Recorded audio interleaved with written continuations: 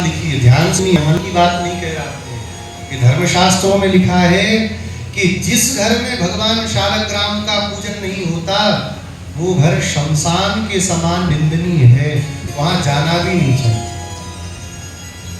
और शालग्राम भगवान की सेवा में कोई नियम नहीं, नला दिया, चंदन लगा दिया, तुलसी चढ़ा दी, हो गई सेवा। और कुछ नहीं चाहिए, भोग लगा दिया तो बहुत अच्छी बात, नहीं हो तो तुलसी भी चढ़ा दी भगवान को तो भगवान उतने में संतुष्ट हो जाते हैं। हाँ, लेकिन एक नियम है कि माताओं को और बहनों को शालग्राम भगवान का स्पर्श नहीं करना चाहिए। कई लोग हट करते हैं, तो हट करने से तो भगवान प्रसन्न नहीं होंगे ना। आत्म में ही ऐसा लिखा हुआ है कि जो स्त्री प्रमाद से अथवा अहंकार से भगवान शालग्राम का स्पर्श करती हैं, गाय के शरीर में जितने रोम हैं उतने 1000 वर्षों तक रौरव नरक में उसको जाना पड़ता है।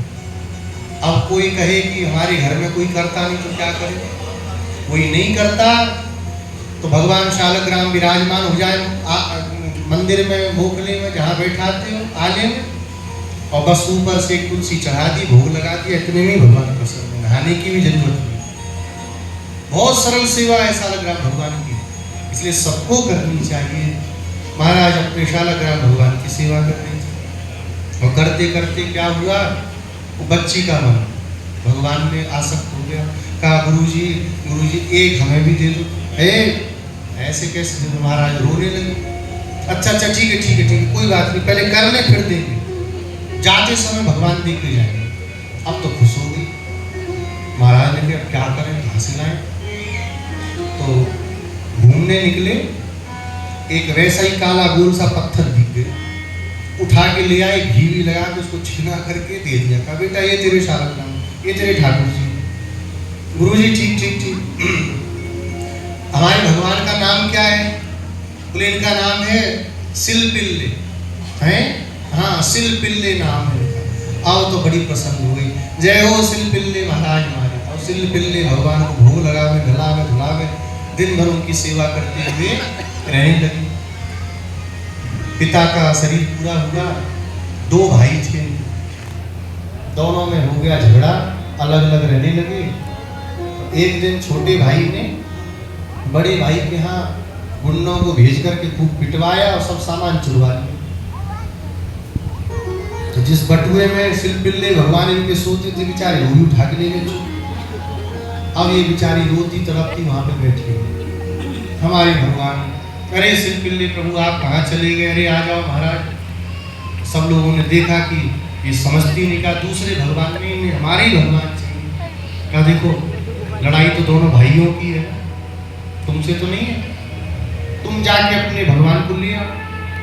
वो गई छोटे भाई के पास और भाई के पास जाकर के कहा भैया हमारे सिलपिल्ले भगवान आपके यहाँ आ गए, हमारे भगवान भी। तो उसने कहा ठीक है बहन, जाकर के अंदर देख ले कहाँ पे रखे हैं, लेकर के जा, मुझे कोई आदत नहीं। तो जैसे लेने के लिए अंदर बढ़ी, एक द्वार पर देखो जहाँ नालायक लोग हैं तो वहां तो नालायक बैठेंगे चार और बड़े भाई का सामान लूटने वाला कितना लायक होगा। तो एक उसके साथी ने धीरे से कहा बड़ी आई सिलपिल्ले। इतना ही प्रेम था तो बोल देती बाहर से, तू तो इतना आ गई, तेरे सिलपिल्ले में खिसक आते थोड़ा बहुत तो पता चलता। इतना सुना तो हृदय पे बात लग गई। कहा प्रभु ये मेरा अपमान नहीं कर रहा है, ये आपका अपमान कर रहा है। आपको असमर्थ जान करके, आपको जड़ जान के आपका अपमान करता है, पर मुझे पता है आप जड़ नहीं हो। आप उससे बात करते थे, रोते हुए कहा अरे सिलपिल्ले आप बाहर आ जाओ, सबके सामने आके मुझे अपने हृदय से लगा लो। जैसे ही कहा भगवान चतुर्भुज होकर के आकर के इनके हृदय से भगवान के हृदय से लगा दिया। मैं धन्य हो गया तेरी किसी बहन को पाके। बहन तू मेरे पास ही रह जा। कहा क्या रह जाऊं? अगर रहना है तो चलो भैया के पास में चल करके तुम भी माफी मांग के वहीं रहो। आकर के साथ में सब रहने लगे, भगवान का भजन करते हुए इन सब ने भगवान के दिव्य धाम को प्राप्त किया। यहाँ एक सामान्य पत्थर में भगवान प्रकट हो गए और हम अर्चा रूप लेकर के भगवान का फिरते हुए कहते हैं भगवान की कृपा है कि नहीं? हमारा दुर्भाग्य। हृदय में भाव होना चाहिए, भगवान प्रकट हो जाए। भगवान प्रकट होने में कभी विलंब नहीं करते। एक हमारी ब्रज की कथा है, गोवर्धन पर ऊपर श्रीनाथ जी महाराज विराजमान रहते थे। महाप्रभु वल्लभाचार्य जी नित्य धाम में चले गए, तब उनके जो पुत्र थे गोसाई विठलनाथ जी, वो भगवान की सेवा देखते थे। एक समय की बात है, गोसाई जी के मन में भाव आया कि चल करके भगवान का दर्शन करना चाहिए। कहाँ? तो द्वारिकाधीश भगवान का। तो किसको ले चले? तो गुरुजन किसको लेके चलते हैं? जो सबसे प्रिय और लाडला शिष्य होता है कि नहीं? अपने भी घर में आप अगर कहें कि चलो भाई एक आदमी को लेके चल सकते, किसको ले चलो? सबसे प्रिय हो।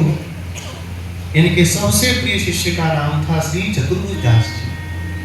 चतुर्भुज दास जी श्री कुंभन दास जी के पुत्र हैं। जमुनावत उनका गांव है, गोवर्धन से थोड़ी दूरी पर। कुंभन दास जी महाराज श्री महाप्रभु वल्लभाचार्य जी के शिष्य हैं और अनन्य भक्त थे। उनका एक चरित्र आता है। एक दिन उनके एक पद को सुन करके एक व्यक्ति ने, महात्मा ने याद कर लिया। वो रोज पद सुनाते थे श्रीनाथ जी को, नए नए पद बना के सुनाते थे। एक दिन एक पद को सुन करके एक महात्मा ने कंठ कर लिया और गाते हुए गए। तो सीकर नरेश के मंदिर में भगवान के सामने गा रहे थे। सीकर नरेश ने जब सुना तो सुन करके अभिभूत हो गए। बोले महाराज इतना अच्छा पद, एक दो और सुनाओ। बोले भैया हमारा पद तो है नहीं, हमने तो बनाया। वो जमुनावतु गांव में श्री वल्लभाचार्य महाप्रभु के एक अनन्य शिष्य हैं कुंभन दास जी, उन्होंने बनाया है। वो बहुत अच्छे